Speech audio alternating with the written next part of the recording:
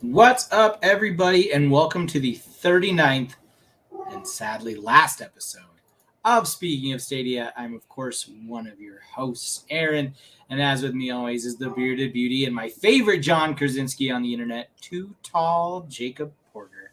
Mr. Porter, how are you? I'm doing good. It's sad now, of course, but me and Fee had our final goodbyes to Stadia. But obviously, these are our. Obviously, you weren't available that day, but we want to, and we weren't able to record before it ended, unfortunately. But I want to do a little look back. Obviously, we can't go back and actually open the platform anymore. It is officially dead. But want to give it his last goodbye.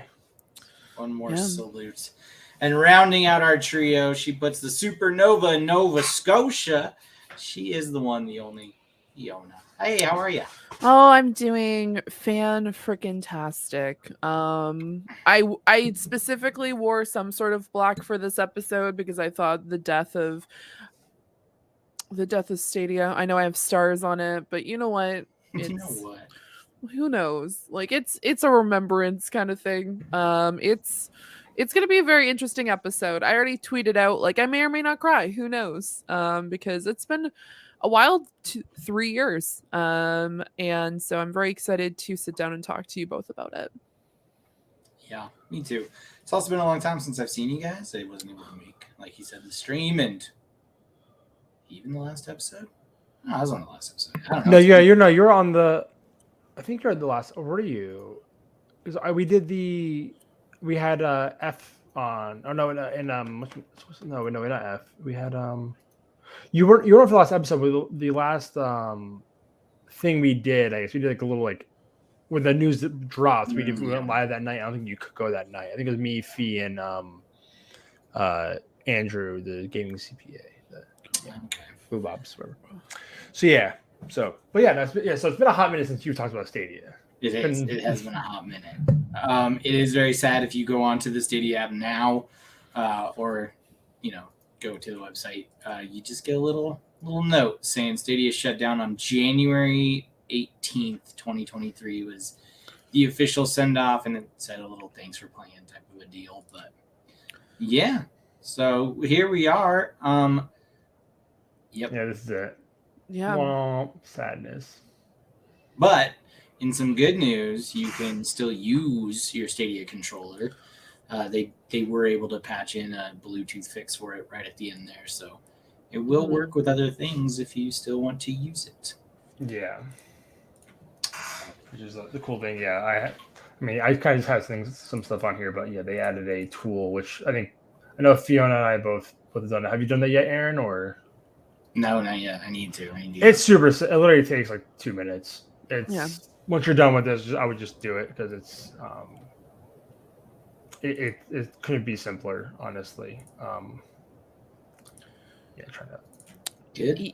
Yeah, I personally have been just using it for my TV, so I did it I think like 3 or 4 days before it finally ended, and I was slightly concerned that it just wasn't going to work with Stadia anymore, but when we were streaming last week, I just had to connect it as a Bluetooth controller rather than a Stadia controller, which was very odd.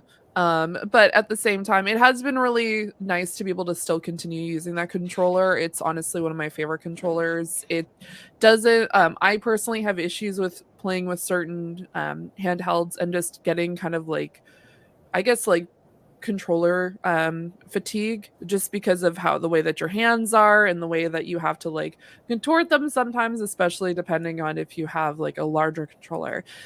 So it was really nice to be able to move that over, so it wasn't just like, oh, here's some memorabilia that I have on my wall. It's now okay, I can like actively use this, and I've been using it pretty much every day since. That's awesome. I do love the controller, so it's nice. It's nice to be able to Yeah, no, it's my favorite controller besides the DualSense. Yeah. Like by far. And that's not like me just being a homer. Like it's legitimately how I feel. Yeah. So sweet. Well, let's start off with our favorite segment that we started off every episode with what you've been playing. Yeah. Jake, what have you been playing lately? Definitely not Stadia, unfortunately. But no, yeah, no, I've been playing. Well, I just got a PC finally after like 2 years of recording with my freaking laptop. Just in time for Stadia. Yeah, just in time for Stadia to die. I got a PC. My buddy, he upgraded his PC to a 4090 because he's got more disposable income, and it was just like, let's just do it. Yeah, he already had a massive monitor. They bought a 55-inch Samsung like curved monitor. And it's like 55-inch. Yes, 55-inch curved screen. Go look it up. It's the size of my TV, literally. It is like it's an awe to like see it in real life. It's like pictures don't do it justice. It's crazy. But it's like I like told him like, oh yeah, you can get like graphics cards now. And I said, go to Micro Center, but there's one over in Paterson, New Jersey, which is not a great area, but hey, you can go there and get one. It's like true. There's like, yeah, they have it in stock. I'm driving there now and getting one. I'm like, what? It's like, yeah, I'm going to build a whole new rig because it's not going to fit in my current case. So it's just so massive. So I'm just going to do a whole new build. And he's like, do you want my old one? I'm like, yeah, I'll give you money. We'll figure it out. But so yeah, I got his old PC. So that's awesome. But yeah, no, it's great. It runs. I need to get a new monitor, honestly, because that's the bottleneck now. But so, what have you been playing on the new PC? Anything exciting? Honestly, just a bunch of stuff I haven't been able to play in a while because it couldn't handle it. I finally, of course, I went into play League, which I was playing on GeForce Now, but wasn't the same. I had never actually finished Hades, so I've been going back and playing Hades because that's not available on GeForce Now or. And then GeForce Now, or as the other one. I guess it was on Game Pass, but then I didn't want to start a save over again. And then they actually got pulled from Game Pass, I think now, so it's not like I could have even continued it too much further. So yeah, it's so I'm playing Hades finally again, and then I actually played Age of Empires recently. Right. Age of Empires Definitive Edition. Because why not? And then I've still been slowly going through The Last of Us 2. I played last night. I am like, I know you suggested going back into playing Ragnarok in between. Like, I'm never gonna play this game. Yeah, that's fair. So like, I'm just gonna push through. I'm through the first day with Abby. Okay. Spoilers for those that haven't played. You do play as Abby at some point. But yeah, so it's old enough, I think. I know. I'm joking. That was the only thing I've actually had spoiled for me in that game. Was like, do you play as Abby? I'm like, okay, cool. You kind of figured that out in the first like hour of the game when you play as her for like a hot minute in the beginning of that game. So nice. Fee? Yeah. Fiona. Can't hear you, man. You know what? There it is. We were muted. So yeah, I've been playing a few things recently. It's kind of a weird mixing pot of games. So I recently finished Unpacking, which was a fantastic, cute little game that I was playing on Game Pass on my TV. So I just finished that up, and it was a very heartwarming game. So I would highly recommend that. I've been playing Little Witch in the Wood, which is an early access game also on Game Pass. I've just been playing a lot of Game Pass games when I can. And then on the other spectrum, I decided to, for the first time, enter the wild, wild west of Red Dead Redemption Online. So that was bold. It is this year, 2023. It is boldness. It is wild. As a heads up, I have a beautiful chestnut horse named Tennessee. If anyone fucks with him, I will kill them. It's fine. I have horse insurance, and I just found out that even if he does technically die online, he doesn't die completely. You can summon him back weird times in the Wild Wild West of that game.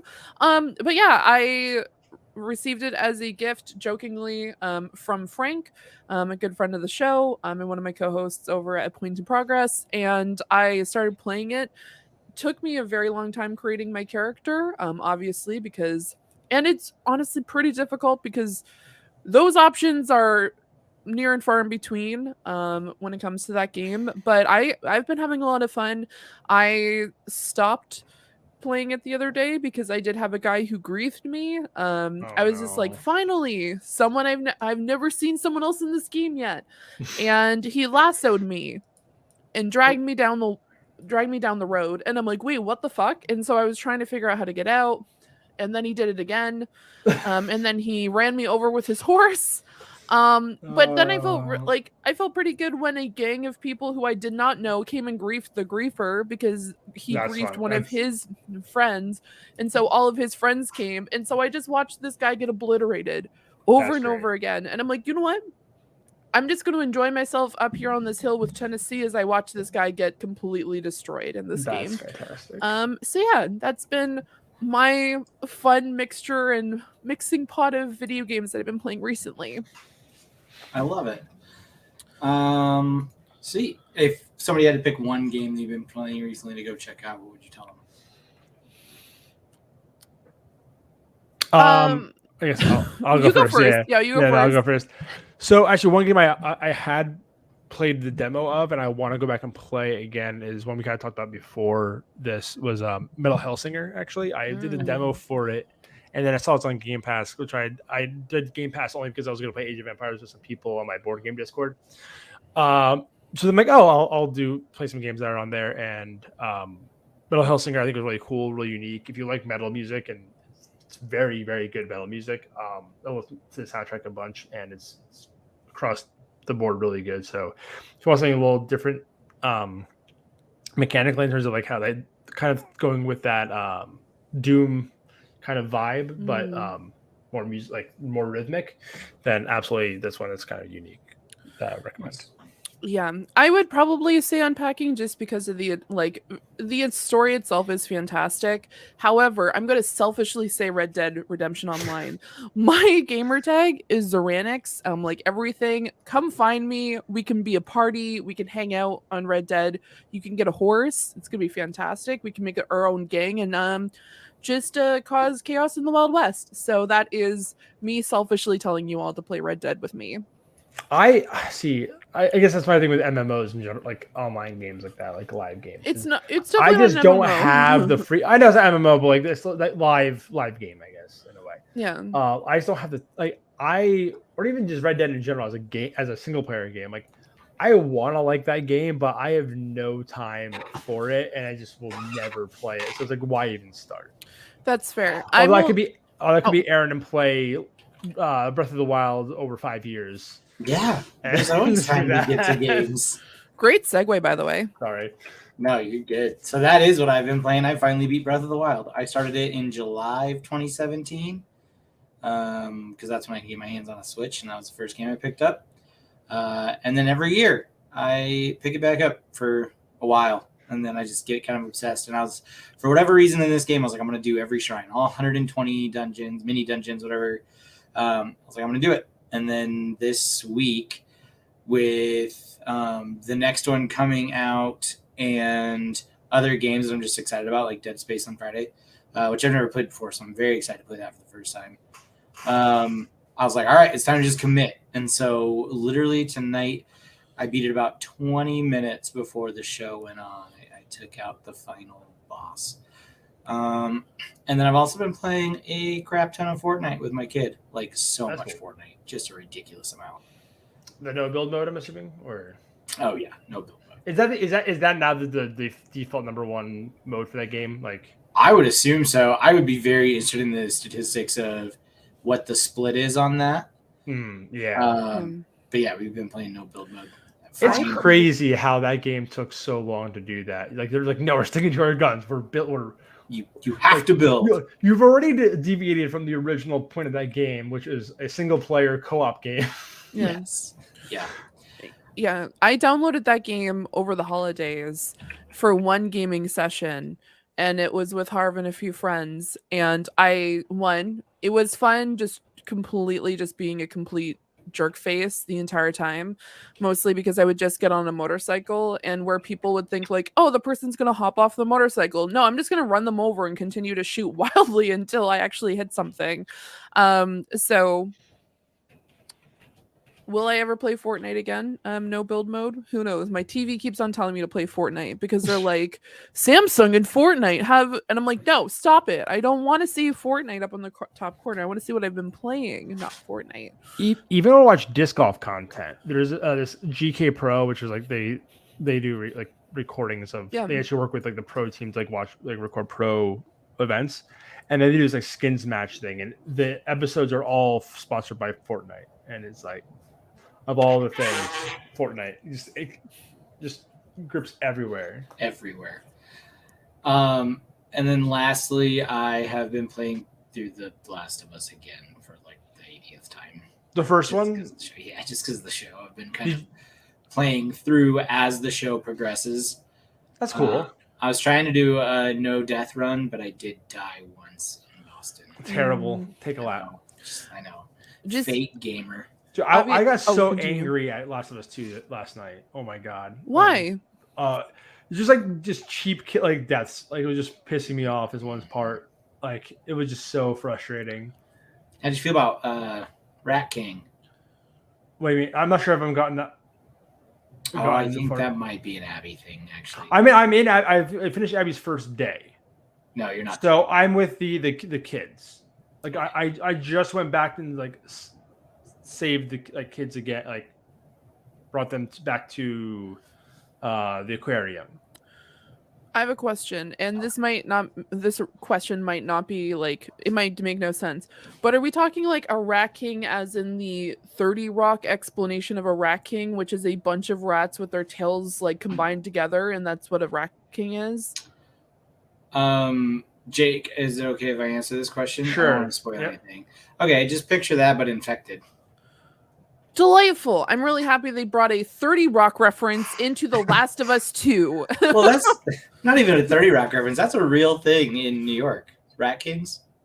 Yeah. In the sewers, a bunch of rats will actually get stuck together and try to start moving as a unit. Aaron, I thought this was a joke. Like, I thought it was a 30 Rock joke. I mean, it makes sense. Kind of funny. Even talked about it and brought up images and everything. And the funny thing is, Aaron knows it has been to New York City once. So I know, and I still know that this is like a real thing. Yeah. I hate everything now. Yeah, I just can't wait. I just want to get it. Like, I imagine you two have watched the show. I have not watched the show yet. No. Okay, Aaron, on a scale of 1 to 10, how do you think it's been doing? 18. The first 2 episodes. 15. Yeah, I'm the same way. My friend says he loves it. We were busy watching White Lotus season 2, and catching up on that. So yeah, I need to get to White Lotus. I'm afraid to eat bread. I'm just saying. Oh yeah, right. Afraid.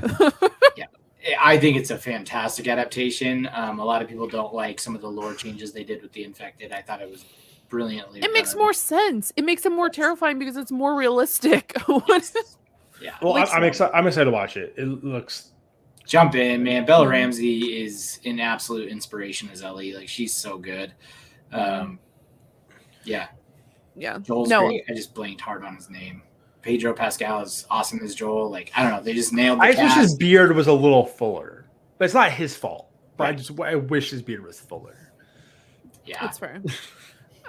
No, I was just gonna say I saw a tweet from a woman who's like an actual biologist, and she said that she was telling her boss about the concept of what was happening in the show, and he's like, that is terrifying because it's so realistic that I'm not going to go into it. This is not a conversation about The Last of Us. This is not Last of Us, but if y'all want to hear my thoughts, I don't know where I'm going to talk about it, but here we are. Just follow all of our content until it comes up.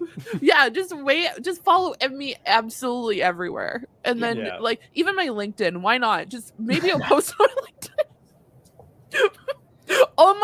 all my corporate staff, all my The- boss's boss follows me on there. But by all means, I will write the my most entire important like. social Yeah, exactly. I'm gonna be like, here's my essay on what I think of The Last of Us season 1.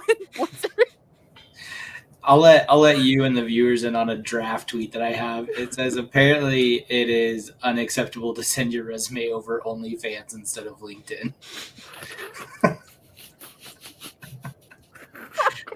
I might have to come out of draft soon, but I have so many questions. no, I did not test this. Like, who's sending what? How is this happening?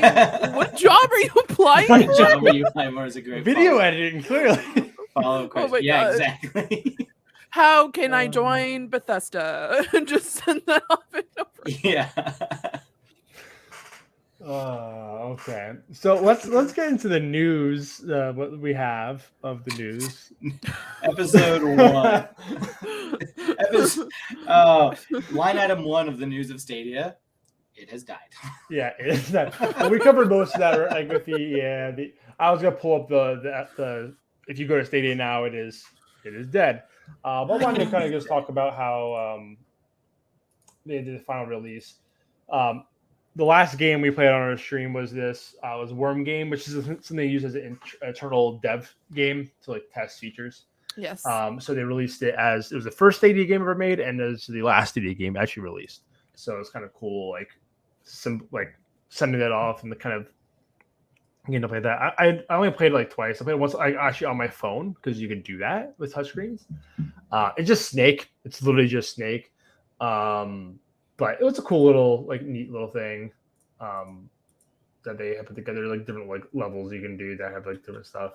I never got that far into it, but thought it was a cool little send off for Stadia, and for the team especially, like they kind of get that closure on their end. But I mean, I thought it was classic. They did that. They announced that, and then the wireless controller, Bluetooth tool at the same exact time, which is really cool. And then so yeah, and I mean Stadia will still like live on through like the immersive stream stuff, which I kind of brought that actually. You know what? I might bring that up again because I put that in the doc as well of their long-term strategy when they kind of announced the sunsetting of Stadia, which was the as I navigate quickly. The long-term message for Stadia, like strategy. So they talk about the immersive stream, so they're still keeping the underlying technology around to some scale. Something with augmented reality, go for it, guys. You like, give me some Google Glass with some games. That'd be cool. To get another thing in the graveyard, at least the consumer graveyard. But so yeah, it's sad to see it go. It's sad to see what it became. But I hope you all will enjoy the last 3 years. Sorry, 3 years of Stadia. So. Yeah, it lasted longer than Avengers. That's what I'll say. Boom. Yeah. Well, that game's still going to be around. It's like no live services for it. Yeah. Just a real quick shout out to the comments. Eric, I love you too. And then Jake, I don't have the doc. Did you see something about the Boosteroid blog? No. I'll look into it while we're doing this. Already posted. I posted. Boosteroid is the sorry, no, I can't. That's so annoying. I can't like. Can I just copy this? No. Nope. I'll find it. Yeah, I posted. Boosteroid is the There's a few other like cloud things. I think Boosteroid is one of them. There's another one. I remember people talking about. No, this is the one I think I was talking about. They have some servers, I think, in the US. I think it's UK based or France based. I think it's France based. Is this one another one that just doesn't have the thing over here? And it seems kind of sketchy with how it actually operates, because it seems almost like, I know when GeForce Now came out, they had a lot of people, like, they put a bunch of games on there and they had to pull a lot off because they weren't getting approvals from people. And I remember hearing something about them not getting approval for a lot of the games. One of the services, I can't remember. I'm not trying to project, but is this the January 25th? Yeah. Okay, pulling up now. Yeah, they're based in Romania. Okay, I remember one of them. Like, I maybe thinking of a different one. Honestly, I don't want to project on them, but Boostroid launches cloud gaming on Chromebooks. We're happy to announce Boostroid, a global cloud gaming service, is now officially supported on Chromebooks. Now, can you play PC games on Chromebooks via Boostroid's web app and Play Store? Okay, so another. Okay, what? Oh, this is about the. Oh, because they're out of. Okay, yeah, they're affected by that. Okay, understood. Gotcha. Their data centers in Europe. It's just sad. That they were affected. I know a few game developers actually. Oh, I forget which one it was. Had to move. Was this not a Stalker? Which was one of the one? They had to literally move their whole headquarters because they're in Ukraine to like. We're talking about Tarkov, or is it? I forget which one it was, but one of a whole developer was that they had to move their studio. They just got up, like, they're like, the game is super delayed, obviously, for privacy reasons. But Russ, are you saying Black Knight is the one that is like the one that's like sketchy? Because there was another one I felt like was similar to like not Booster, but something like Droid in the name almost. That was like not like a lot of people were like, when the Stadia news dropped, it was like people were like pushing this one, and it just didn't seem as like legit. We may have talked about it last time too. I can't remember. But no, it's good to see another service coming out that only requires 50 megabits, full HD 60 FPS. So I'm assuming 1080p. That's the one thing that I would say about Stadia, that no one else is really. I mean, I guess GeForce now with the higher tiers, but like no one's really cracked that 4K level of like Luna, or Xbox is still, I think, 1080p, which is like crazy to think that those companies haven't done that. But okay, cool. That there's more. Thanks for the little yeah, it's cool. Thanks for the heads up. Yeah, so that's, I mean, Stadia unfortunately dead, but Boostroid currently live. Yes. 10 out of 10. There. Yeah. Also, was Stalker 2. It was the game. It was Stalker 2. But yeah, I realized in the intro I did not open my beer, so I've been sitting here not drinking my beer. What are you having tonight? I'm having, it's Carton. They're out of actually they're probably in Rousters area. They're in Atlantic. Actually, no, we actually went where Jane and Silent Bob is. They're oh yeah, we're right down the road from there. But they weren't open the day we were down there, so we couldn't go there. Otherwise, I would have definitely brought you there, or Kane, which is south of there. But it's their St. Kitts Coffee Imperial Cream Ale. It's like 12%, and yeah, I'm gonna feel good after this. So, and probably way too awake because it has actual coffee in it. But it's like super sneaky. It's super sweet. You don't taste that 11%, 12%. So. Oh jeez. Yeah, my buddy came over yesterday, and we had their Irish coffee version, which is also like 12 or 13%. And then he gave me this one as well. So we split that one. It's only a 12-ounce can, so it's not full. Okay. Nice. So yeah, that's that news. There's some interesting stuff. This is like more conversation. Something we got more of a conversation actually about. Is Destiny? I'm not sure. I forget if this was actually posted by them or who, but Destiny actually posted their numbers of users that were Stadia users.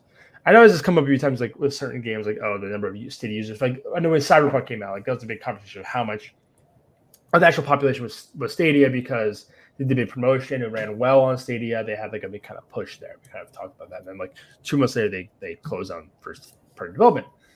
But Google Stadia's total player count, hinted by dismal Destiny 2 stats. This is 9 to 5 Google.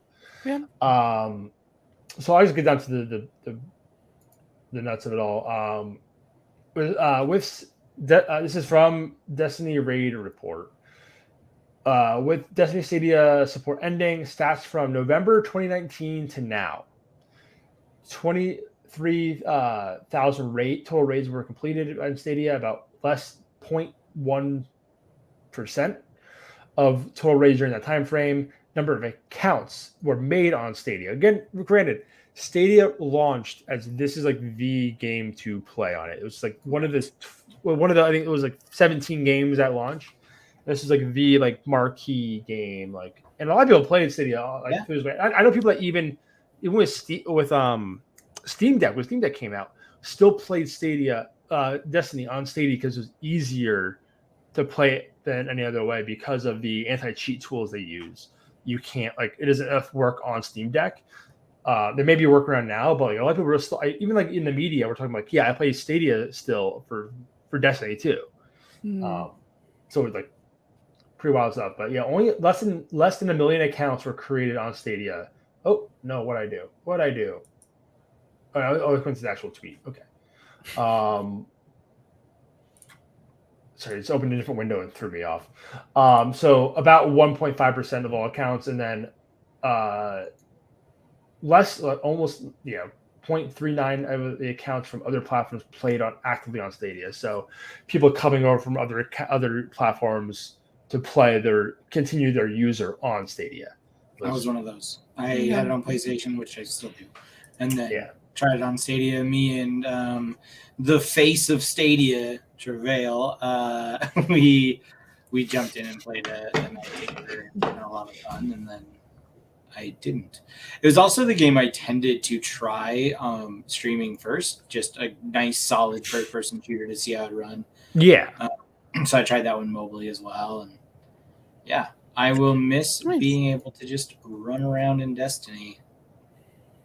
Yeah, no, it was a game I never actually played much of the actual story in Destiny 2 because I was going to play with my one coworker. So I kind of ran around, did raids, did some other stuff, but I never really focused on the story because one, Destiny 2 did a terrible job after the new light remodel of pointing arrows to where the story was.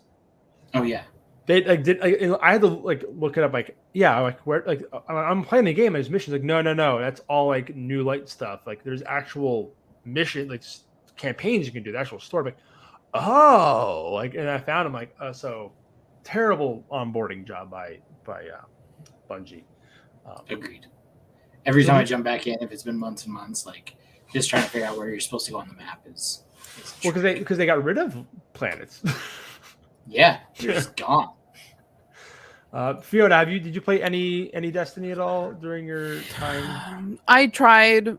I definitely tried, I will admit. I made a character in the game, and then I think I played for a few hours. I was getting quite confused, mostly just because it didn't jive with me, I guess. I then swiftly moved over to I played Elder Scrolls Online after that, and I enjoyed that immensely more, which I also played on Stadia. Yeah, it just didn't seem like my type of game. I definitely respect there's so many people in our community who love Destiny 2, and I get it. It's just not my game. I tried it, and I can hands down say I did try it on Stadia, but it just wasn't for me, which is a big bummer. But yeah, there were definitely some other games that I was, like I said, really excited about when I was playing it, but Destiny just wasn't that one. Yeah, I played a lot of Destiny. I played the original campaign for Destiny 1 and just never. I think I had the first DLC for that, and I never picked up after that.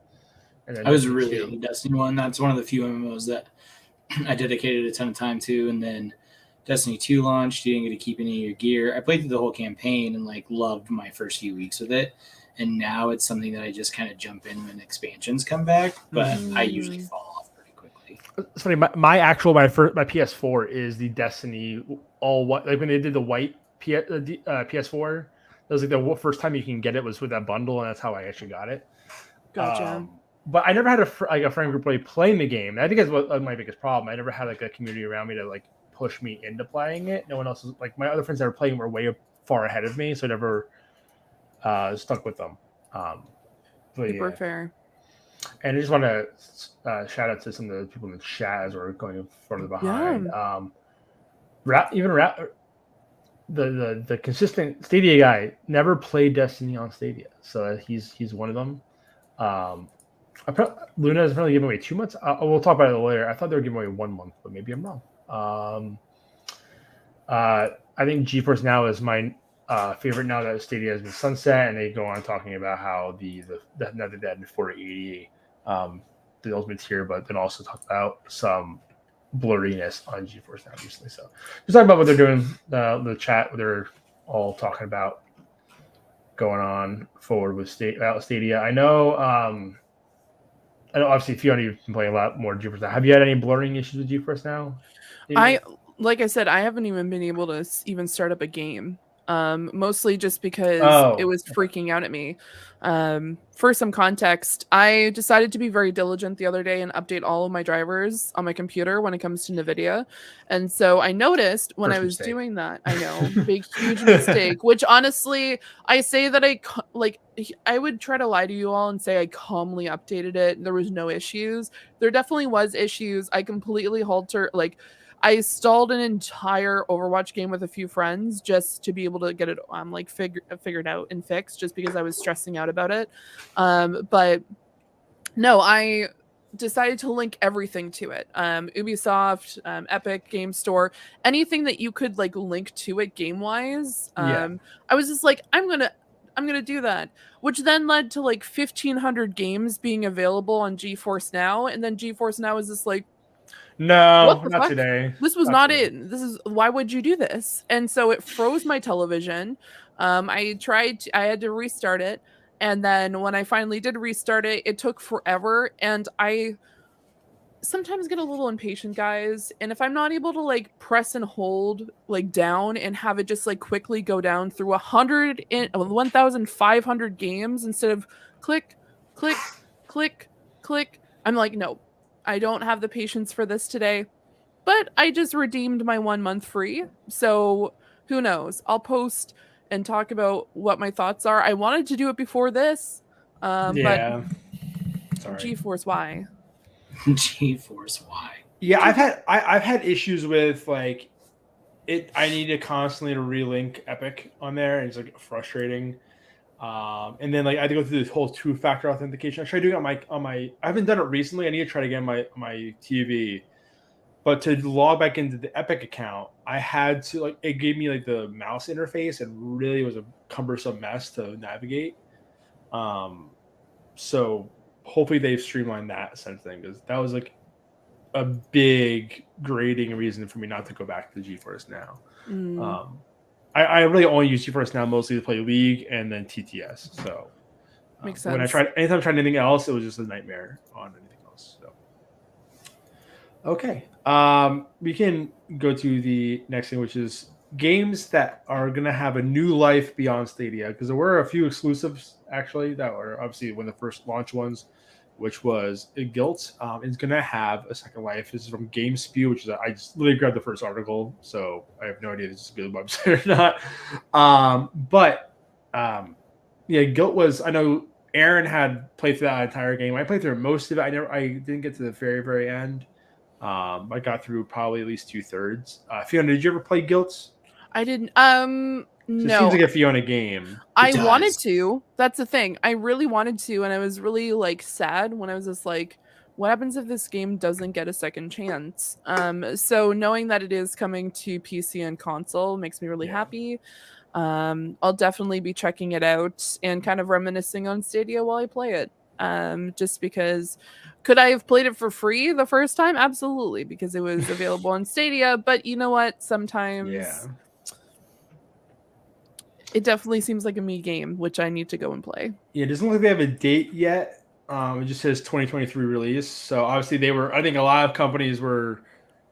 From what I saw when we saw on Twitter and when we were streaming, doing our live stream at the end, Mhm. or not like the day they dropped the news.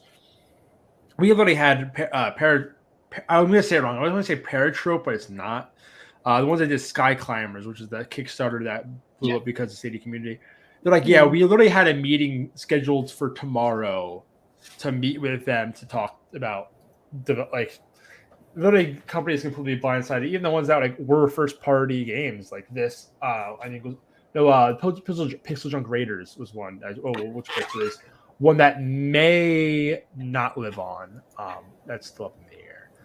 But the other game that will not be living on is unfortunately, will be living on. Sorry, I said the wrong thing. Wow. Is Gunsport, which I know Aaron and I actually played Gunsport once. I think we tried streaming one time, and we tried playing. I'm not sure we actually streamed or we were just playing together. Do you remember this, Aaron? Mm-hmm. It was a hot mess. Yeah, it was not great. The latency in that game was terrible. For being like built on the Stadia platform, it was very rough. The mechanics were kind of odd. It was kind of like it's kind of like Windjammers esque, like where you're it's one like that kind of like back and forth kind of Pong almost gameplay. But I'm glad it's getting another life for the people that like that game. It just wasn't for us. Yeah, I remember being super rough. God, I can't. I wonder if we actually did stream that or not. I don't think we did. I think we were just playing. I think we only streamed the twice. The Super Bomberman, and we did some Dead by Daylight. Mm-hmm. Yeah, I think you're right. So yeah, that was I'm again glad it's getting some sort of workaround to make the port work, but yeah, I'm not sure everyone should check the chat, make sure everyone else had played it. But the other two games, like I said, I kind of alluded to the one that are not getting a new life are Pixel Junk Raiders and then Outcasters, which is that one's a stat in my heart. I love that game so much. That game was like the first one where we had Austin Creed or Xavier Woods, whatever you call him, whatever name he goes by for you. He came on did the live. Him and Katie did that whole Stadia Connect or where there were there's some good stuff. I think actually was technically at that point. Yeah.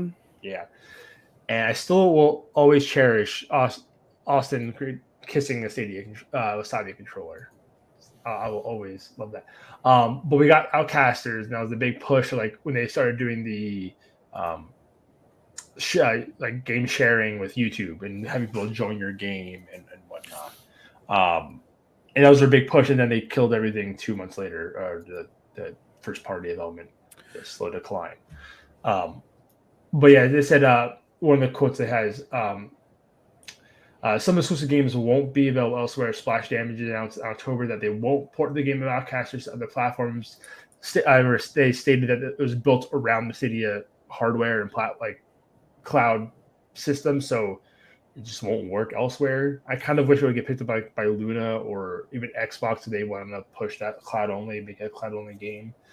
And then Q Games, who makes the Pixel Junk game, said they expressed interest in porting the game of Pixel Junk to other platforms, but so far they haven't found a partner or not to publish it. Which is sad. Pixel Junk Raiders, did you guys? I think Aaron always tried that. I'm not sure if you tried that as well, Fiona. I did not. And did you try Pixel Junk Raiders? I want to say you did. It was like a procedurally generated game. It was kind of not roguelike, but like you had to go through and like clear things. It had you had like a sword thing you would go through and slash these like alien things and clear stuff. Pretty much clear the map. And I actually had a really big problem with it because I had it where I had one left I needed to clear, could not find it for the life of me. Went around the whole thing, spent like 45 minutes to an hour trying to find this last freaking creep I needed to kill. Couldn't find it, and I just ended up stopped. I'm like, I can't progress. I don't want to do this again, and just stop playing the game. But it was okay. It was very fine, game, but I could see how it'd be hard for that one to port because a lot of the features that he added in that made it unique and interesting were cloud save things, like being like load up a cloud save. Like that was one where you can really share your cloud, like take a screenshot, share that screenshot, and it goes linked to the like that cloud moment where you could jump into that person's like instance, but have all their weapons and whatnot that they replaced. Really cool, unique stuff. Yeah, remember the weapons? Yeah. So you remember the weapons would get used up in that game? Yeah, it was. There had durability, which I don't care. I don't care for. Sorry, I know you like Breath of the Wild, Aaron. I'm sorry. That's probably my biggest complaint, just because you get something you really like, it's a bummer when it breaks. Yeah, like I get it. Like the whole it makes you try different things. Like I don't care. Like I just want to play this game. Yeah. Realism doesn't always make a game better. Yeah. Agreed. Like I said, like Red Dead Redemption 2, the realism for that game is so cool. It's a unique experience and immersive. But to me, it doesn't make it better. For a lot of everyone else, obviously well-loved game. So I'm the minority, but just not something to me that doesn't make that. It just makes it more. It makes it less respective of my time. To like, that's me being in dad life and not being able to do anything. So yeah, sadly, those two games will not likely have a life beyond. We tried playing Outcasters the last stream. We did, and I tried loading up, and people were saying like, yeah, like they weren't even able to get like practice games. Like they couldn't find anyone. So I did like just the training, like the tutorial, a little bit just to say goodbye to it. But yeah, that game actually had bots that you used to be able to like play against, and it didn't even find those. So sad day. Because their social media person really tried to push that game. They were really, really like a good personality. So good on them. I'm not sure if anyone when you guys want to take one of these. I'll pull it up, but I was like, I don't know what we're. So it's a lot of me talking, and I don't want to be the one talking all the time. Sure. I'll go over the free months because by now. all means, I'm a little spiteful about one of these. Oh, sure. yeah. Yeah, why not? Take my anger out on a little bit. And you did actually redeem one of these as well. Which I can redeem one out of the frickin' two. Okay, so let's sit here, talk about how GeForce Now and Amazon Luna offer free trials in the wake of Stadia shutdown. There's still plenty of fish in the cloud gaming industry looking to lure in the now platformless Stadia players. Makes it sound like the moment that Stadia died, we just did not know what to do with ourselves anymore, and have never played any other console or any sort of cloud-based. But I digress. Free trials are beginning to be issued for alternative cloud gaming services like NVIDIA GeForce Now and Amazon Luna following the shutdown of Google Stadia on January 18th. We already know specifically that. The game publisher Ubisoft has been emailing 1-month trial of GeForce Now priority membership to Ubisoft account holders today, offering NVIDIA's game streaming service as a way to play Ubisoft games now that Stadia is no longer available. I actually received my email 30 minutes before this podcast started. Oh, really? I got mine around the time this article was like posted. Yeah, so I just received mine. The priority tier for GeForce Now typically costs $10 a month, and streaming up to 1080, 60 FPS ray tracing where available, and access to 6-hour sessions with no cap, unlike base tier, which is limited to 1-hour sessions. Yeah, I didn't know that they had ray tracing at the priority tier. I mean, not that you're really going to see it that much over streaming, but it's cool they did that. And I know, Aaron, we talked. Fia and I talked about this last time too. Actually, all your games, if you bought them on Stadia from Ubisoft, I should have brought that article up actually too. All your games are, if you have them linked to your Ubisoft Connect account, will appear if you open up Ubisoft Connect on PC. Yeah. So like all of my games I bought, like I bought Child of Light and we both bought Division 2, and a few other games I bought there that had populated on my Ubisoft Connect account. So that was kind of cool to see that too. Nice. So you can play on your PC. If it has cloud saving, which it'll carry over. I think also just a heads up. I know they're doing Ubisoft Plus, I think for $1 right now. Yeah, Something like that. They were doing it for It $1 is for like true, a yeah. month. So if you also want to play Ubisoft games in general and then play them on these other streaming platforms, there you go. Because I know obviously Amazon Luna has the Luna channel, the Ubisoft Plus channel too. So if you want to play through Luna, continue, V. Yeah, no, absolutely. I just wanted to say, like, kudos to Ubisoft for doing the work after Stadia died. They have been doing so much, and I know I randomly I razz Ubisoft on a regular basis, but they did such a good job. And we're gonna talk about kind of like how Google handled the death later on, but I've just been really impressed by the fact that they're just like, hey, we know you received refunds, but you can still access all your game files and the games that you purchased. And here's a free month of GeForce Now. And you can purchase our services for $1 for a month. So it's really interesting to see how they've been addressing this issue over the past month or so. Yeah, you're actually right. I forgot that you can pull your cloud saves. I wonder how that worked because, like, I was saying again during our live stream last week, for Assassin's Creed Odyssey, which I got my save carried over from Project Stream on, which was the pre-Stadia thing for my 10-hour save, carried over to Ubisoft Connect on PC. But then when I went to go play on Stadia or Ubisoft Plus or whatever it was, like when I had that on like through Luna, it wasn't available. Or no, even through Stadia when Ubisoft Plus, because it was one of the last game that didn't have the cloud save feature.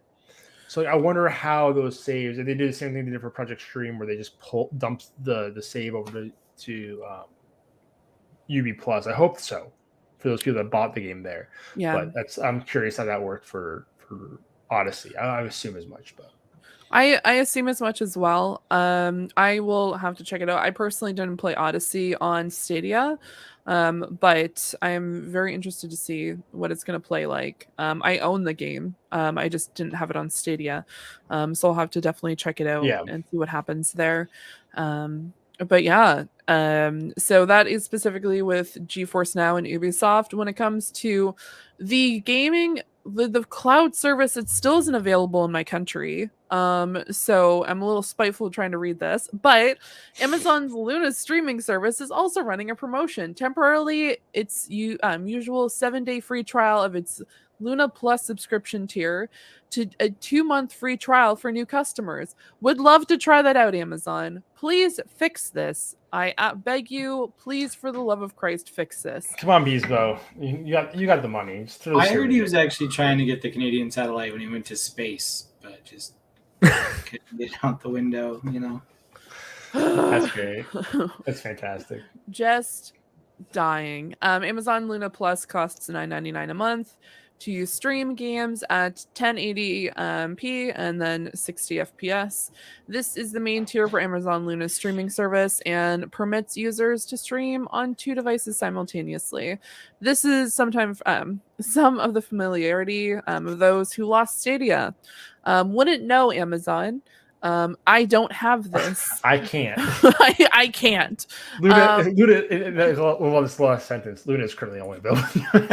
I'm just gonna constantly like say that at the end of the I'm like at the end of every sentence, I'm just gonna put, I would love to try this out. Just like stabbing you like in the back. It's like, no, yeah. This is great for everyone except for you. Yeah, if you need someone to promote this in Canada, feel free. Hi, my name is Fiona. I love cloud gaming, and this is driving me absolutely bonkers. Because it is great to be able to say like, yeah, I can try GeForce Now, I can try all these streaming services. Nope, can't try this. Oh, Amazon. But yeah, Luna Plus offers access to over 200 games. So I'm very interested to see how this is like. So for the people who do have access to this, please let me know how this runs. I'm gonna try to do that probably today. Thank you. I really appreciate that. Yeah. Everything was linked, Stadia, Luna, etc. That is awesome to know. Oh, Luna. Oh, sweet Luna. But no, I will be honest, that is a little bit of a sweeter deal. The fact that they are offering 2 months free, but they instantly lose because they're not in Canada. For me, at least. For you guys, maybe a little bit better. For me, instant loss. That's fair. To what Rouster is saying, I'm actually looking it up on right now because he mentioned some games that he never bought showed up in my Ubisoft and I'm like, let me check that happened for me too. I'm like, I don't remember buying Starlink, Battle for Atlas, or Steep, or any of these games. Some of them I know I downloaded for free. That where they do free games every so often, kind of like Epic Game Store.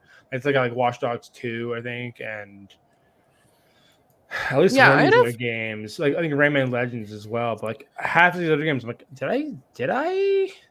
I had a few Assassin's Creed that I just did not purchase. I'm like, I don't know why it's there, but I'm not going to complain. I thought they did Rogue or Unity as well. I know they did one of them for free when the whole fire at the whatchamacallit, the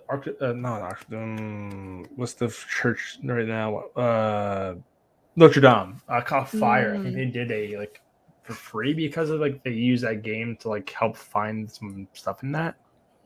That was because they mapped that place out so well they could find artifacts that were so they didn't burn and get those out. But yeah, that's wild. Yeah, I still think that's insane. Yeah, a video game literally helped save historical artifacts, which is kind of wildly crazy. So yeah. Well, it's still nice to see Ubisoft, I don't know, handling things correctly and Luna handling things as best they capitalizing on it. Being opportunistic, you mean? Yeah. But according to Forbes, that's not the only thing being handled well. Oh, they had also put up this article after the death. Google is handling Stadia's death better than its life. This, like I just said, comes from Forbes. And the article goes on to talk about, say what you will about Stadia's ill-fated run as a game streaming service, but Google is handling its death very well. In fact, I'd say the care and attention they're giving to how they're wrapping up Stadia's existence feels like more than they ever devoted to when it was alive and attempting to grow. They go on to talk about refunding, and this is a great line. They're even refunding people who purchased hardware for Stadia, so not just any game you purchased, which could be thought of as more of a gamble. Microsoft wasn't refunding anyone for their Zunes, after all. Listen here, man. I was a past Zune owner. Leave me alone. Yeah. Again, this feels like more attention the Stadia got in life, or that at the very least, more good decisions are being made. I'll say the three main problems with Stadia always were the model. People wanted Netflix, a subscription service for our library of games. No one wanted to be forced to purchase or repurchase individual games only accessible via the cloud, and now we know why.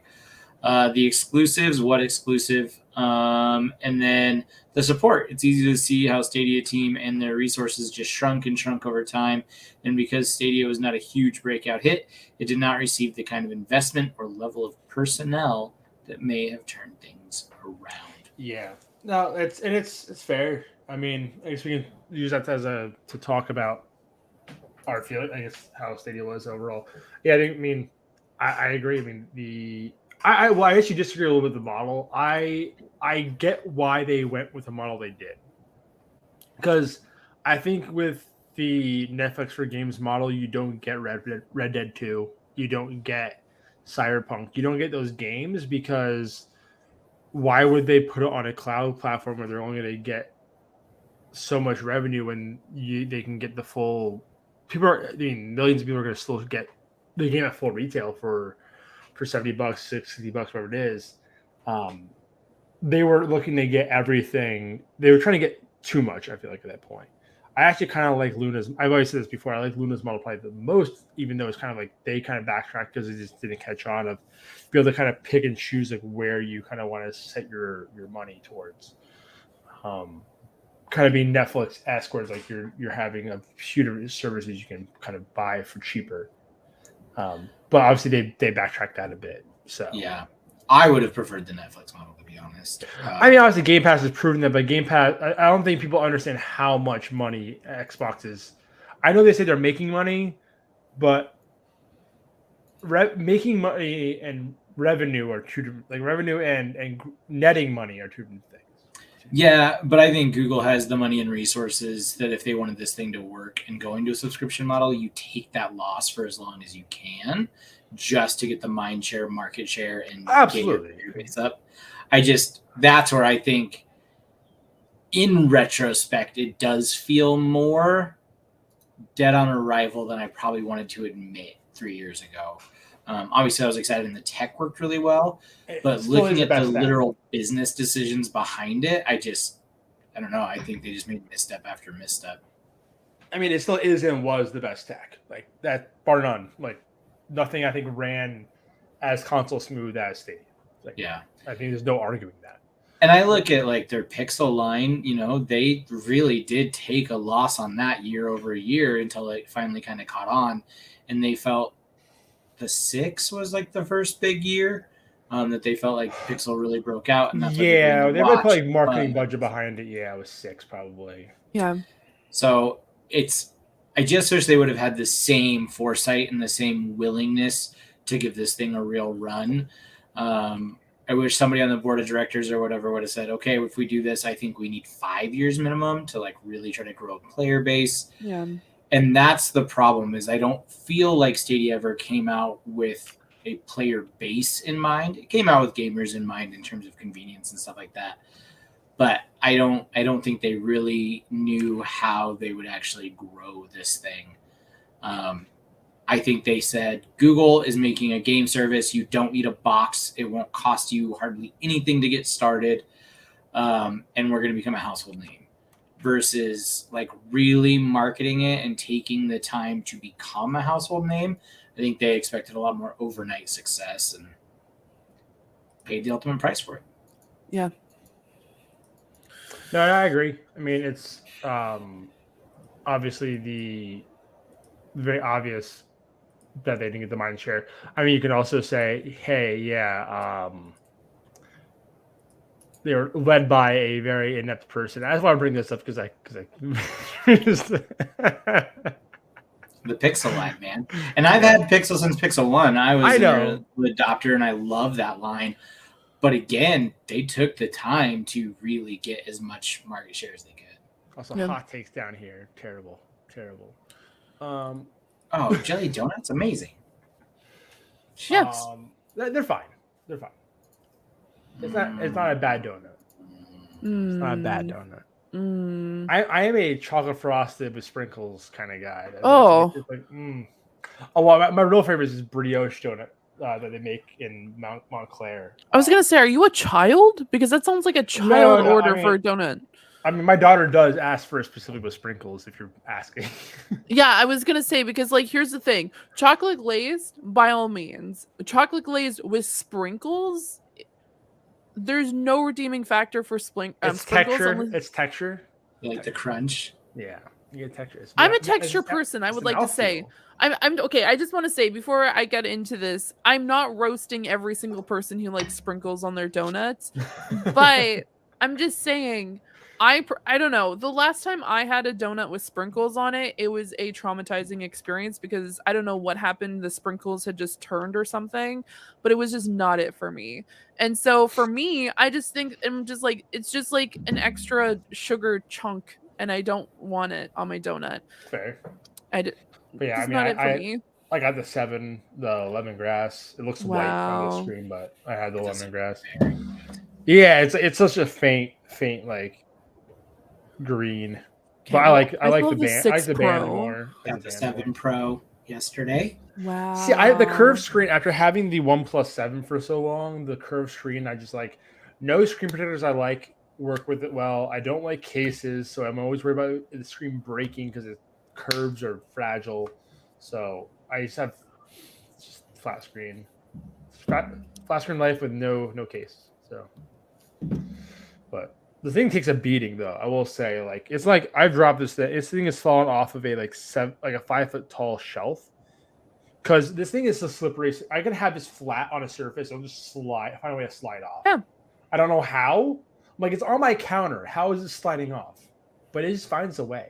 It defies gravity. I agree. It is slippery. Seriously. I put it on my counter, like in the middle of my counter, and it just somehow fell off the counter. Like.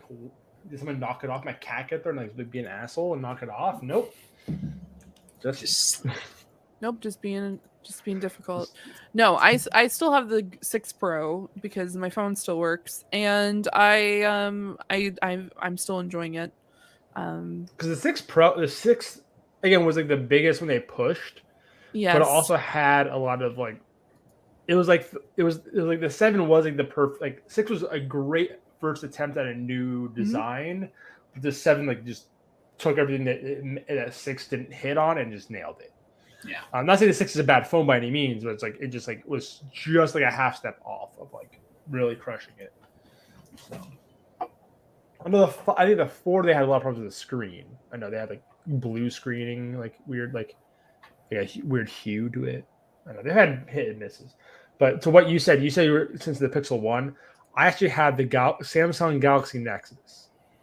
I had that. That was a great phone. I would still use that phone. That phone's so good. Sorry, targeted that podcast, but I've also had the Nexus 6P as well. What's the other one I had before? The 6P was a beautiful phone. Fantastic, except for the fact that it slipped on my pants and fell flat on concrete and shattered the screen. Oh my goodness. Terrible. That was a sad day. It fell once and I picked it up, it was fine, and the second time it just done. That happened to me with the Galaxy 7 Edge when they did the little like bar for notifications and stuff. Just straight down on tile. No, not it. So I digress. Those are our favorite phone memories. Sorry, we're talking about like that their push on the Pixel line. I guess to bring it back to Stadia. I wish they do have the money obviously to put behind it. They clearly showed a lack of willingness across their portfolio to do that, which is sad. I think they were led by an inept human that has now failed three times on the as a lead of a console or platform, and I just thought they didn't take the Project Stream was the test bed, and it had like nothing like well, if this doesn't work, then we're just gonna have to do anything. But if it does work, we'll just go for it instead of waiting another year or doing a beta and developing games as they're in beta for a year. Like you're like, oh yeah, we're gonna start hiring up for our in-house studio the day it releases. It's like they had like Jade Raymond back when they like announced that like GDC, but they didn't like build up a studio. I think at that point they had like probably parts of it, but like you're expecting a game to be built in how long? Like is Phil Harrison like just what is he telling you? Right. What is what's his face? The guy that did the kind of funny stream. Blinking on his name right now. You know what I'm talking about, Aaron? Jared Petty. Jack Buser. Sorry, he did PlayStation Home and he did a whole Cool Friends episode with Greg prior like a month prior to Stadia launching. He did a whole cool we have Cool Friends episode with Jack and talking about I'm excited for Stadia, and like Greg was all like, oh, I'm ready for this. If you believe it, I believe in it. And then Greg just fell off the face of the fucking earth with Stadia. It's like, oh no, I tried playing Darksiders for on my phone. I'm like, I don't want to play this on my phone, but I'm gonna play it on my Switch instead, which is like slightly bigger. And it just excuses after excuses from Greg. Yeah. I wish his was dead too, for sure. I mean, so he gave into media cycle. I think of that. We'll never forgive Miller for that. Miller for that. But those are the bummer memories. Let's go through our favorite memories with Stadia, starting with me. Just because I have an answer ready. Hitman. I would have never played the Hitman games without Stadia, and I fell absolutely in love with that trilogy to the point that when they packaged it all into Hitman World... Yeah, they just did that, right? Whatever. I'm thinking about putting it on my Steam Deck and replaying it because those games are incredible. And thank you, Stadia, for giving me multiple places to play it. Sometimes I'd play on my phone and just sit on the couch and get through a couple missions because they can be very slow going.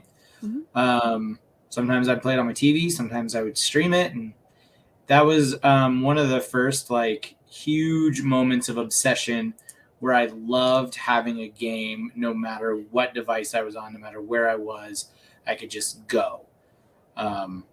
So yeah, huge shout out to Stadia for getting me to play the Hitman trilogy finally, because damn, what a franchise. Fiona, you want to go? Sure, why not? One of my fond memories of Stadia was the fact that one, it brought me to this podcast. And boom, took it before you guys did. And then also it allowed me to play games when I didn't have the opportunity to do so. I was not one of the chosen people that got access to the PlayStation 5 or the latest Xbox right away. And if you remember, if you're you've been a fan of the show for a long time, I used to run on essentially a toaster of a computer, and I was not able to play any video games. And it was absolutely driving me nuts. So having that access to be able to play games and be able to enjoy things like Immortals Phoenix Rising and things like Elder Scrolls Online, I would not have been able to play that game on my old computer. If not, it would have imploded on itself. So I just had like different opportunities and options to play games, and it just was a really fun way to be able to hop from things like my phone to my TV to just being able to play on my computer. Even though my computer was very difficult to deal with, I was still able to play those games without essentially any issues at all, which was mind-boggling to me. And just having those free games constantly every month, I was able to play games that I just would not have either tried beforehand, or just I was able to branch out into different things because of those like different games that they released every month. I know Jake and I made a joke about the fact that like at a certain point you felt like you didn't even need to buy games on Stadia, because you would just like next month the game that you want to play is free. The amount of times that I bought a game on Stadia and then next month it was one of the free games, too many times. I refunded. I actually refunded Get Packed, because I bought it and then I think a week later it was on like it was there. I'm like, oh, I'm just refunding this and getting it. I don't think it happened with Aaron with Ember. Like Ember was like literally like oh, early access now. Like the next month it was included with Pro. And I was like, well, I can't refund it now. Refunded. Oh no, you did refund it. Okay. Yeah, I did. Yeah, it was one of the few that I did refund. Yeah, A, because it became free, and B, because that game sucks. It was. I get why it can be fun. I enjoyed it enough. Like I didn't think it was a great game by any means, but I got enjoyment out of that game. I can see why people also don't like it. Yeah, it kind of feels weird with the Rayman floating freaking hands. It was a VR game on. Yeah, it was a VR game with a controller, and it just. But wasn't built at all for VR. Exactly. But it just felt like Job Simulator with a fire hose, but you were playing with a controller with no VR support. I don't know. I agree. It was really wonky. Like that like threw me off so much. Like what? Like why am I seeing my hands? Yeah, I guess. But yeah, you're right. It became to a point like I remember seeing a statistics like at least like every month there was like one game. If it's like coming to Stadia for the first time, it comes to the Pro right away. So it's like, well, it's gonna be one of these like 4 games. So let's like hope it's the one I want. If it's not, I'll buy it. That kind of became what I went with. Like the one game I bought was like Kaze or Kaze, however you want to pronounce that. That's what I bought and I loved. And I think I eventually came to Pro, but like 3-4 months later. So I'm glad I did buy it. But more often than not, yeah, the game I wanted to play or buy on Stadia was going to come a month or 2 down the line on Pro. So it was kind of worth that money investment. But for me, the Steam World games in general, specifically Quest, which I know a few we talked about as well. But I played Dig a ton too, Dig 2, until I accidentally playing on the toilet on my phone, I accidentally deleted my save somehow because big fingers and big hands, and I accidentally hit buttons I shouldn't have, and it was like just going through the prompts. I accidentally deleted my like 10-hour save. I'm like, I'm not playing this again at that point. But I enjoyed the heck out of Dig 2. I played Quest. loved Quest. Like I became infatuated with Quest in a way that I didn't think I would be. And these are all like, and the common joke was like the tier of games we're getting on Pro isn't like Game Pass level, obviously, what you're getting, but like my infatuation with the tech encouraged me to play games I wouldn't normally play, and I think I actually thank it for that, because I think a lot of like mid-tier games are like gaming has become like, oh, if it's not an 8 or above, it's trash, it's garbage game. But like a 7 is a good game. Like it could be a great game. Like I would say SteamWorld Quest probably for most most websites is probably like a 7.5 or something like that. But for me, that was a 9 because I loved that game so much. It was really witty writing, really fun gameplay. I could see the game being received lower by the greater population, but it was a game for me. So like it forced me to see games that I wouldn't normally play. So, but yeah, that's mine. Good night, Rasta. Thank you for stopping by. As always, you are our consistent guest, and we appreciate you. Yeah. Shout out to him, by the way. He's been every time I'm on stream on my own channel, he's there. So it's been like it's never gonna end because I'll always in some capacity have Ruster in my chat, and it's super awesome. Yeah. And just a quick shout out from Eric, the most consistent podcast guest on Give Me 20. True. He's never had an episode where we haven't mentioned him. I was listening to your episode the other day from last month, and I thought it was funny. Actually, I played 2 games on Stadia, Assassin's Creed Odyssey, and replayed a replay of Celeste. Used to work in the middle of the a regional park. It was always neat to see how well it worked. Yeah, I agree. I mean, it just worked wherever you were. Like, It shouldn't work, but it did. Like, I remember playing while my wife was getting in the ER because she had to get her appendix removed, and I'm like, let's just try Bomberman. I tried Bomberman. Like, I played one game of Bomberman and it ran like trash the first game, but it kind of like caught up to itself and then ran awesomely the rest of the way. I'm like, this. Like, I'm sitting there playing Bomberman on my phone at 3 a.m. because I have nothing else to do right now.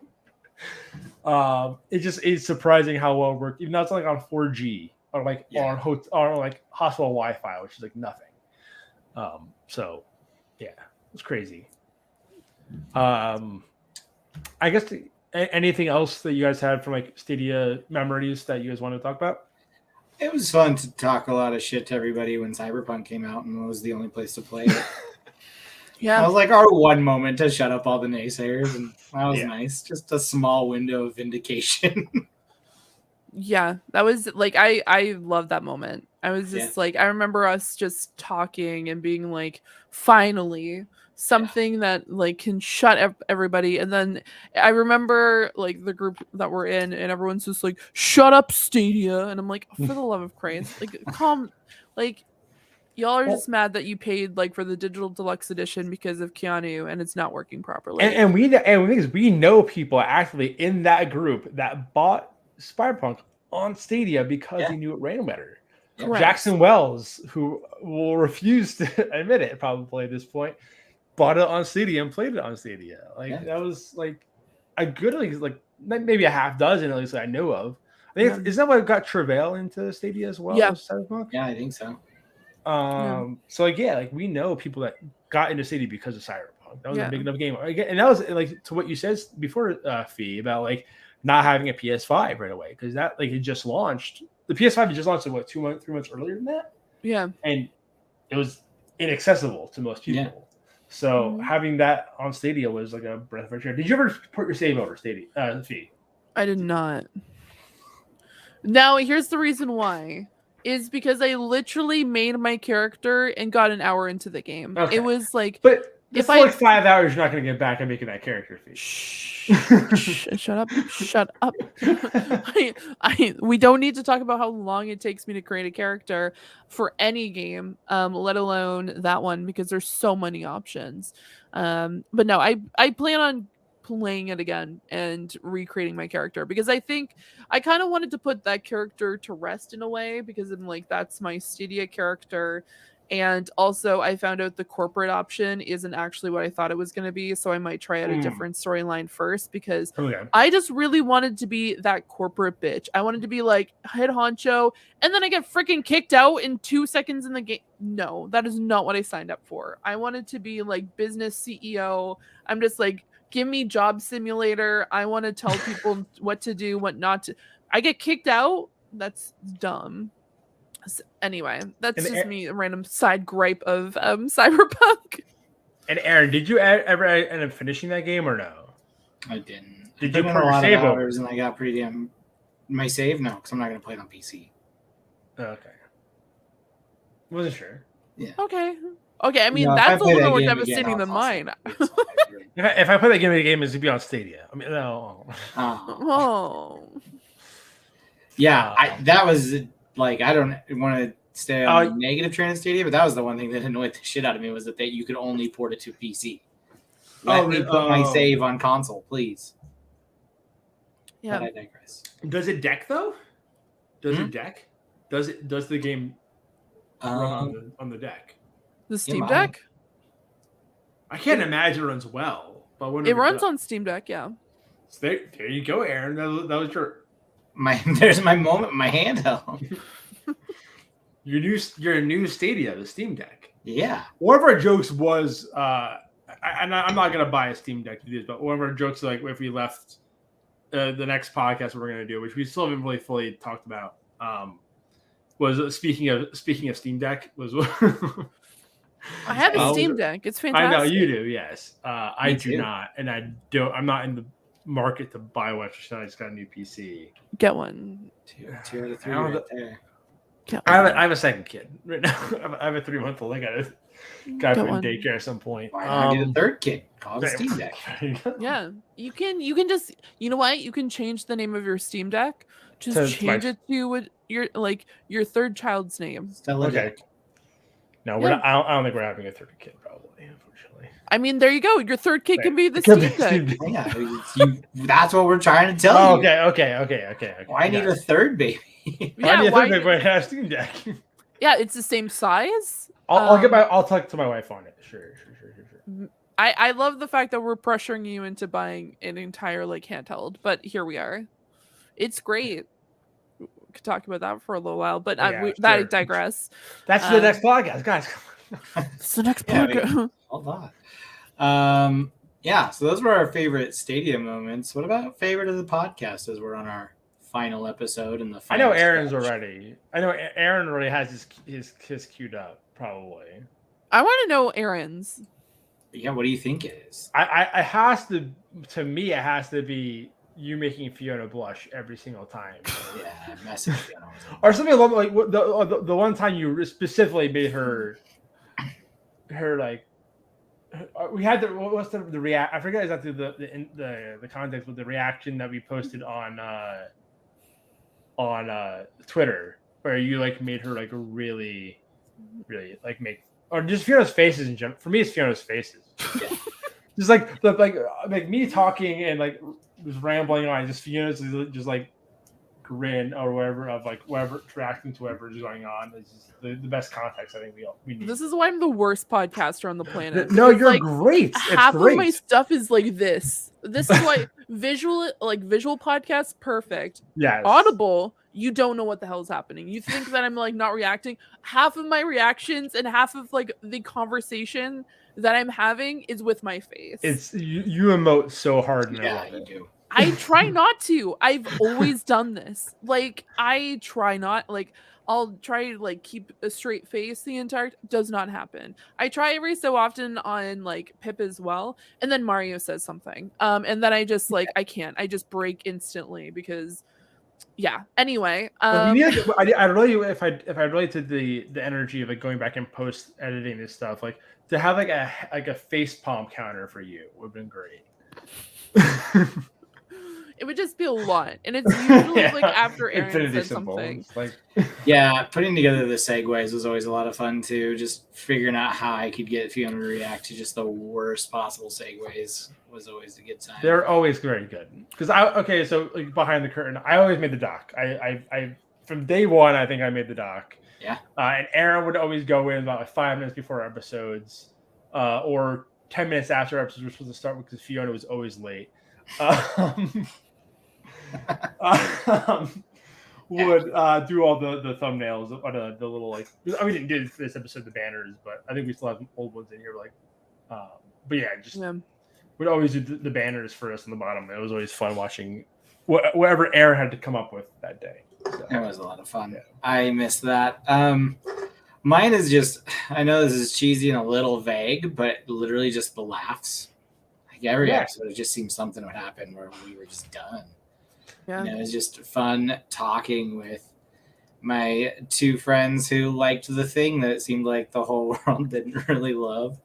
But it was cool to be like, we don't really care who's going to listen or who's going to catch on. Like this podcast really was for us, and it was great. Oh, absolutely.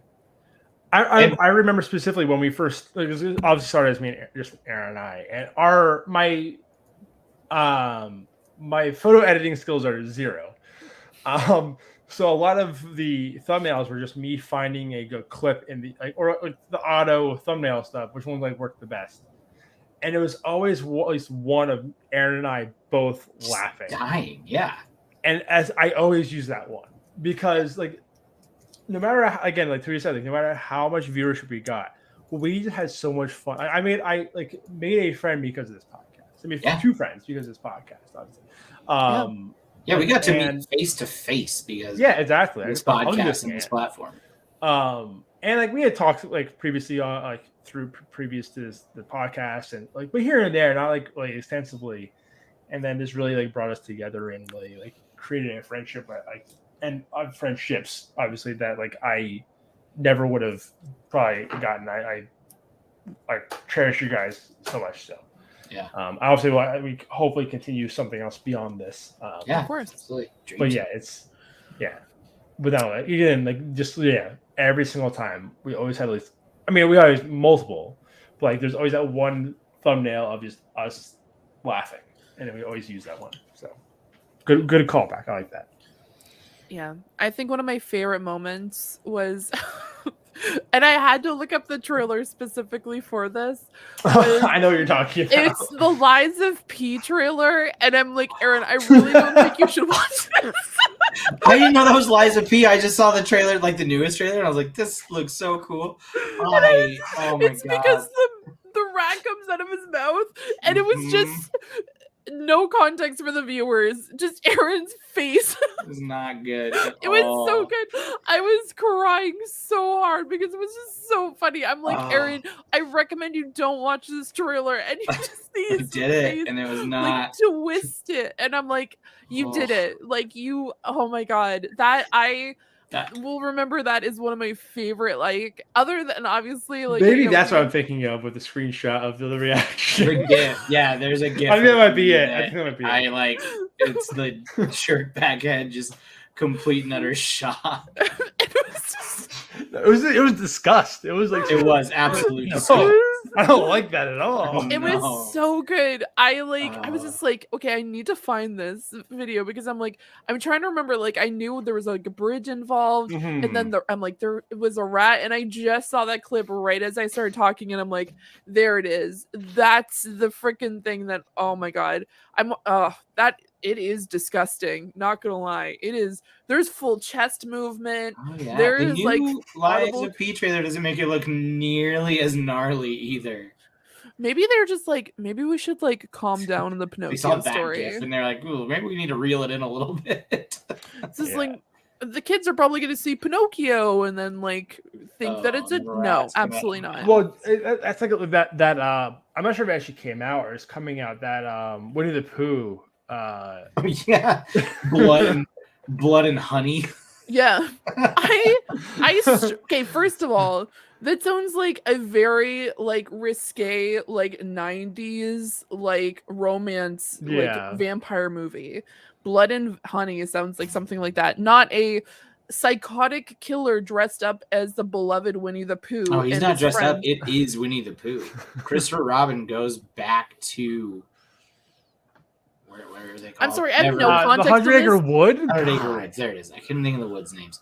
Yeah, so no, it's I have a 3-year-old. Piglet and Winnie, and the rest of them have died, and Christopher Robin goes back to try to like find them, and they start getting picked off. So no, it's not a man in a costume. That is. I mean, it is a man in a costume. I mean, well, yeah, in real life, but in the movie, it is not some like weird fanatic. It's supposed to be. Yeah. So I'm gonna be straight up on it. I have not watched a single trailer for that, and I have literally blacklisted that off of my phone. I'm like, I do not want to see anything about this. I don't want to see trailers. I don't want to see comments. I don't want to see anything about this. It is not my jam. I just can't wait for Disney to finally eventually lose the trademark for Mickey Mouse and that same kind of movie coming out for Mickey Mouse. Yeah, I love that Winnie the Pooh, like, I think that's what happened. It went public. It went. That's why it happened, because it finally went public domain. Yep. So now, and so anybody can do anything with it, and that's the first thing that happened. Is there a way for them to like not allowing that? Like, I know this is very much like licensing or anything like that, but isn't it like the estate of like Disney can say like we don't want this to be released? Disney doesn't own. Yeah, they don't own the rights anymore. No, they never. Oh, no, did they buy it? Because it was originally a book that wasn't owned by Disney. A lot of early Disney IP stuff actually wasn't owned by them. Yeah, and Hollywood has a ridiculous. Oh, I pulled up the trailer and I shouldn't have. That's I still hate it. I know Disney bought the rights from the original author because it was originally a book series done by someone like not Disney, and then Disney made the movies and obviously, but I don't think they. Hollywood has some weird register where it's like you can own like a property for 50 years before it goes into public domain or something like that. Yeah, it's not a 95, lawyer. And apparently it's going public domain in 2024. Who? What? Mickey Mouse. Well, yeah, that's the current, because they've kind of rewrote. This is very off track of Stadia, but yeah, Disney like rewrote pretty much trademark law through Mickey Mouse. Like they've extended it. It's supposed to be 28 years. And they've extended it for like 90 years, whatever it is now. I'm interested to see if they actually they try to find a way to extend it more. I from what I've heard, like the current people in charge wanted to cut it like early.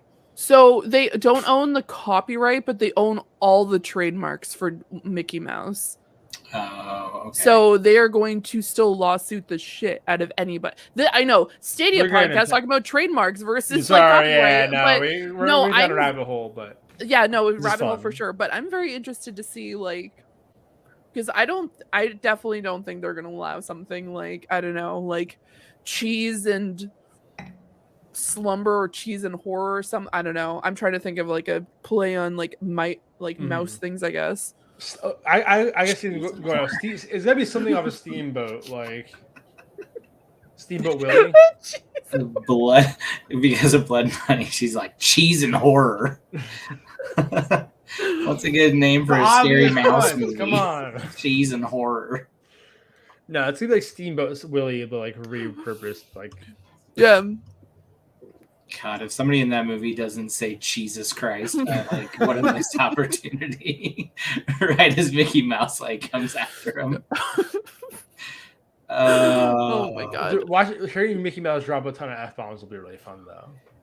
I can also now picture the protagonist at the end of the trailer when they're gonna, get ramped up to go take on the killer themselves.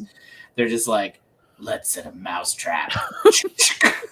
Watch, it's just like Kingdom Hearts. Watch, it's just ends up being Kingdom Hearts 4. So bad. Yeah, so Disney did not own Winnie the Pooh, by the way. I don't think they did. U.S. copyright law I was saying you were right. Copyright law means that the works of an author are available to use 70 years after that author's death or 95 years after first publication. Because I was gonna say, I'm like, wait 1 second here. My guess is he was just like licensing out the characters. Yeah, they gave him permission to use this. Because I have a 3-year-old that watches a ton of Winnie the Pooh. I remember looking that up, like, because we had the books and it's not Disney, obviously. Yeah. Like the actual, like the original Winnie the Pooh books, and I'm like, oh, well, like, I kind of like cursively looked at that. I also feel very dumb because I'm just like, well, didn't Jay like?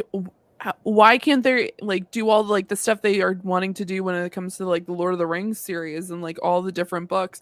Yeah, I did not realize that he died in 1973. So his publications will not be public domain until what 2067.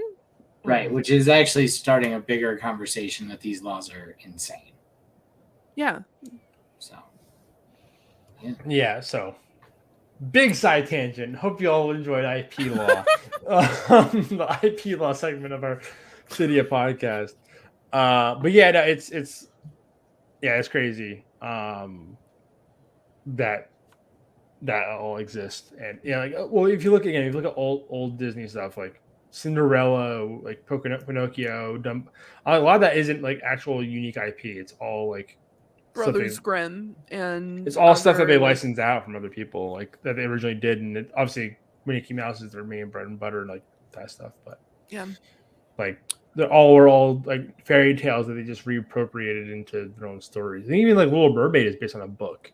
Yep. So like it's also part, I believe it's another Brothers Grimm story. The entire premise of Little Mermaid is she ends up going onto land, and then Eric actually cheats on her, and then she kills herself and turns into sea foam. Cool. I like their version, but better.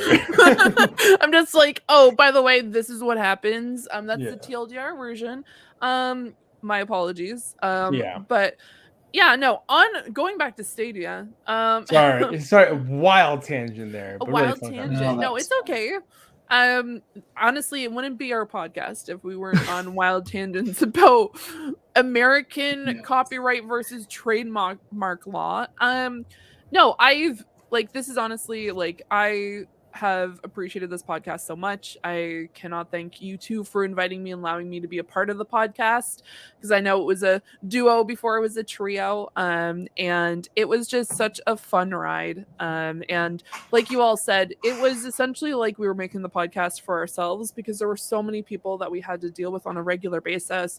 And even after Stadia died, seeing people post like, it's dead, like the witch is dead, but it's like Stadia's finally dead, and like seeing that negativity in the gaming space has just always been like really disheartening. And I don't think I would have been able to stick with Stadia nearly as much without this community that we've made here, just because it was just so like, I love gaming, but gaming is so toxic in a way, and seeing things that are brand new, like, instead of embracing and like trying out something, people are like, oh, we love innovation, we want like the best in gaming, we want to do X, Y, and Z. But then like something new comes along and they're like, fuck you, Stadia, or what's it's called, and then they just like are just like really negative about it. And it's just really been super disheartening. And I know when I was dealing with being a Stadia user myself, it was definitely more difficult. And then knowing that there were other people in our small community that enjoy Stadia,